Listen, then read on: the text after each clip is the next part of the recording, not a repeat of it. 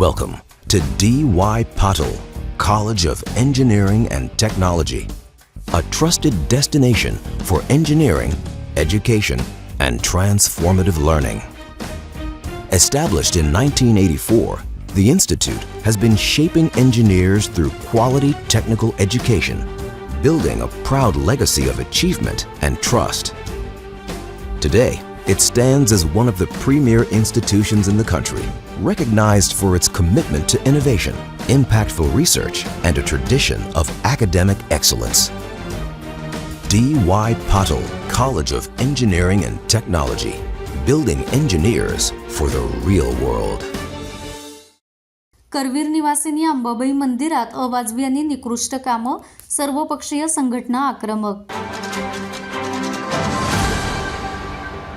करवीर निवासिनी अंबाबाई मंदिरात सुरू असलेली संवर्धन आणि दुरुस्तीची कामं अत्यंत अशास्त्रीय आणि निकृष्ट दर्जाची होत असल्याचा गंभीर आरोप करत सर्वपक्षीय संघटना, इतिहास अभ्यासक आणि सामाजिक कार्यकर्त्यांनी प्रशासनाला धारेवर धरलं. जिल्हाधिकारी डॉक्टर विजय राठोड यांच्या अध्यक्षतेखाली आणि आमदार राजेश क्षीरसागर यांच्या उपस्थितीत झालेल्या 2 तासाच्या वादळी बैठकीत कार्यकर्त्यांनी कामातील गंभीर त्रुटींवरती बोट ठेवून जोरदार गोंधळ घातला. मंदिराच्या संवर्धन कामात ग्राइंडर आणि ब्रेकरसारख्या साधनांचा बेकायदेशीर वापर केला जात असून यामुळे मंदिराच्या प्राचीन काळ्या दगडांचं नुकसान होऊन ते पांढरे पडले आहेत. अनेक मूर्तींचे डोळे आणि नाक हे अवयव झिजले असून शिलालेखांवरील अक्षरं अस्पष्ट झाली आहेत.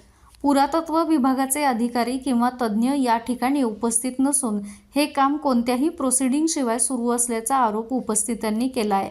यानंतर बोलताना जिल्हाधिकारी डॉक्टर विजय राठोड यांनी स्पष्ट केलं की मंदिराच्या विकास कामात हलगर्जीपणा किंवा चुकीचं काम झालं असल्यास त्याची योग्य ती शहानिशा करून दोषी घटकांवरती कठोर कारवाई केली जाईल. तसंच पुढील कामं दर्जेदार आणि नियमानुसारच केली जातील. बाईट. आज आपण करवीर निवासिनी श्री महालक्ष्मी अंबाबाई मंदिर याचं जे जतन संवर्धनाचं काम चालू आहे पुरातत्व विभागामार्फत, त्याबद्दल काही आक्षेप स्थानिक सगळे नागरिक असतील या सगळ्यांनी घेतले होते. त्यांची नेमकं काय आक्षेप आहेत ते समजून घेण्यासाठी आज आम्ही बैठक बोलवली होती. सोबतच पुरातत्व विभागाचे अधिकारी पण आपण उपस्थित केले होते, जेणेकरून त्या ज्या प्रकारे संवर्धनची प्रोसेस ही सायंटिफिक होते की नाही होत याबद्दल सर्वांनी काही सजेशन किंवा ऑब्जेक्शन घेतलेले आहे.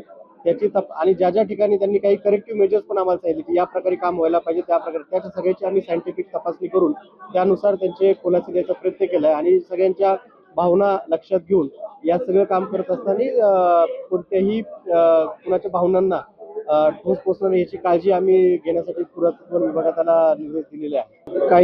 काही उपस्थित नागरिकांचं म्हणणं होतं की काही काम चुकीचं झालंय, त्यानुसार त्याची योग्य तपासणी केली जाईल आणि ज्या ज्या लोकांनी चुकी केली असेल त्याची जबाबदारी निश्चित.